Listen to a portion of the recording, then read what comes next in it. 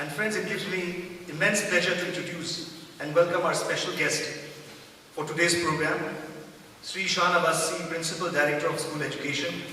He belongs to the 2012 batch of the prestigious Indian Administrative Service. Before this, he had served as an administrator in various capacities in various districts of Nagaland. He had served as Deputy Commissioner of Thek and Zuneboto districts and as LEC in Mon district. Holding an engineering degree, he is one of the youngest, brightest, and one of the most competent administrator currently serving our state. We welcome you, sir. We welcome, sir, to this August gathering. We are truly honored by your kind presence and we feel very privileged for this magnanimous gesture. I'm sure your attendance here today will inspire all these young, bright, impressionable minds to follow your outstanding footsteps. I also extend my warm welcome to Sir Kolo and the principal of JNV. We thank you, sir, and all your learned faculty and colleagues for partnering with our department in organizing this exhibition and giving us the opportunity to showcase the profound repository and rich history of our freedom struggle. I also welcome the students, my media friends here, and all invitees. All of your gracious presences have greatly enhanced the importance of this event. Friends, this year, India will cross a milestone when it completes 75 years of independence. We are celebrating this occasion as Azadi Ka Amrit Mahotsav. Azadi Ka Amrit Mahotsav is an initiative of the Government of India to celebrate and commemorate 75 years of progressive India and the glorious history of its people, culture, and achievements. The official journey of Azadi Ka Amrit Mahotsav commenced on 12 March 2021, which started a 75-week countdown to our 75th anniversary of independence, which we will be celebrating this year, and will end on 15 August 2023. One of the initiatives of the celebration is to sensitize our younger generation about the significance of India's freedom struggle and about our nation's rich history. A history with a unique narrative wherein the fight against colonial rule is not marred by violence, rather a narrative that is full of stories of valor, bravery, satyagraha, dedication and sacrifice across the length and breadth of our subcontinent. Our nation, like many, suffered great injustices and tyranny under foreign rule. What distinguishes India, however, is that the character of our nationalist movement. Our nationalist movement was based on the principle of truth and non-violence. Now, as we look back to the 75 years journey of our nation, we have reasons to be proud of the considerable distance we have traveled. The world looks up at the miracle of India, home to the plurality of traditions and yet the biggest and most vibrant democracy. I'm happy to inform that during the Azadi Ka Amrit Mahotsav, initiatives are also being planned to hold events, exhibitions, both online and offline, publications, and develop museums, keeping the unsung or unacknowledged heroes of the Indian freedom struggle. Many freedom fighters do not find place in the conventional freedom movement storyline, more so those from the tribal or marginalized section of our society. Today's exhibition is a humble attempt to recall and remember forgotten heroes of our freedom struggle, many of whom might be renowned yet unknown to the new generation. The aim of recreating and bringing forth stories and photographs which lay as faded memories of the past, we hope will serve as a medium of inspiration and encouragement for the coming generations. This celebration is also a great opportunity for not only the next generation, but for all of us to reconnect with our past. Our freedom struggle was an inspiring chapter in our splendid national saga. In this 75th year of independence, let us rediscover the values that animated our glorious national movement. Such different food. This is called diversity. And the motto of India was like unity in diversity. You can have all the diverse things like this, but with everything together, you have a unity in place. So that motto we need to think, we need to discuss among ourselves, like, are we really doing it, the unity in diversity? Even now you can see fights happening. Even now you can see killings happening on the basis of sex. You have places in India which still practice female feticide.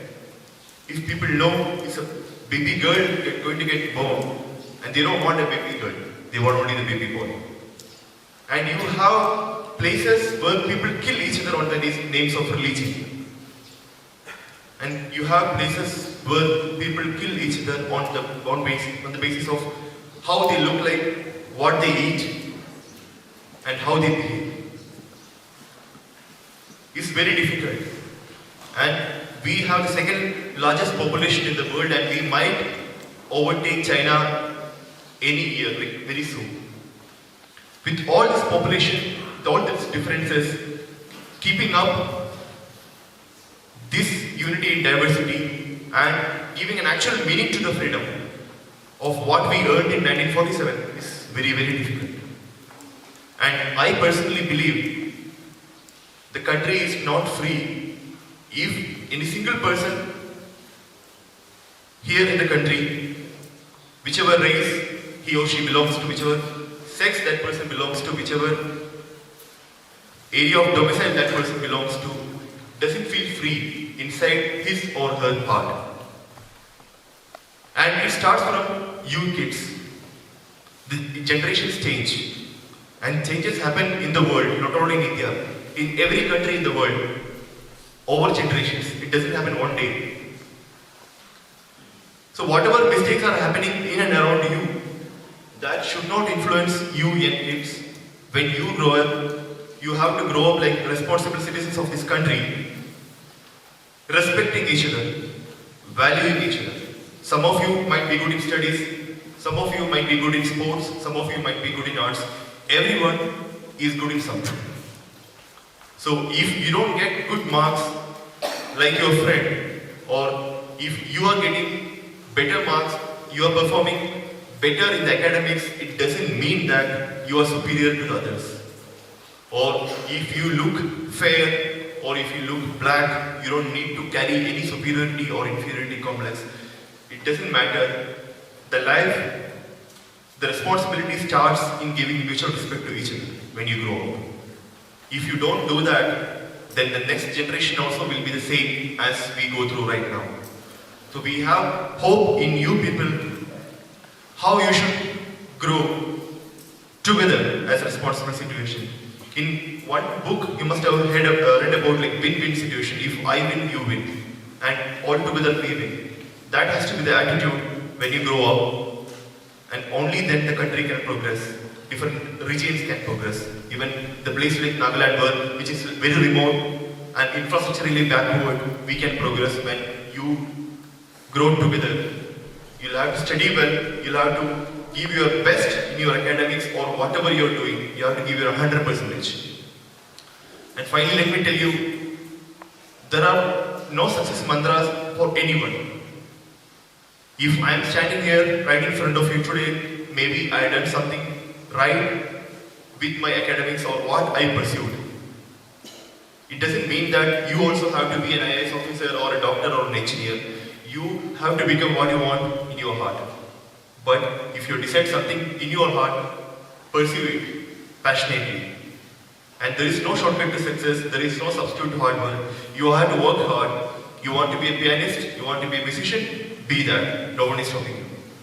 But give your 100%. Just by dreaming, things won't happen. Your responsibility is to make those dreams happen. For that, you have to work hard. Only you have to work, no one else will come and work. I can motivate you today and go back. Your teachers can motivate you in the classrooms, and they will also not with you while you're writing your examinations or follow your passion.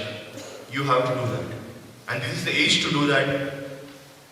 We hope in the years to come, you all sitting here, students, you reach much better heights than what we are right now. And you change the face of this country. You give actual meaning to the freedom these people in the photos here earned for us. Then only we'll be proud of our country and we'll be able to say that I am an Indian before everything and my country is great. So I sincerely hope you will be able to do that and always believe in yourself. Believe something that you're second to none. In Nagaland, I've seen some students are there who are not very confident. They think that they can't compete with the outside world. We lag behind. Some of them are shy. No need to be shy. If you are not able to speak well to the others, it's okay. But everything comes with the training. So don't feel that you're second to anyone. You're not. Everyone is together. You can fight the world. You can fight with anyone in the world. And believe in yourself. Then things will happen in your life and you'll be able to achieve your dreams.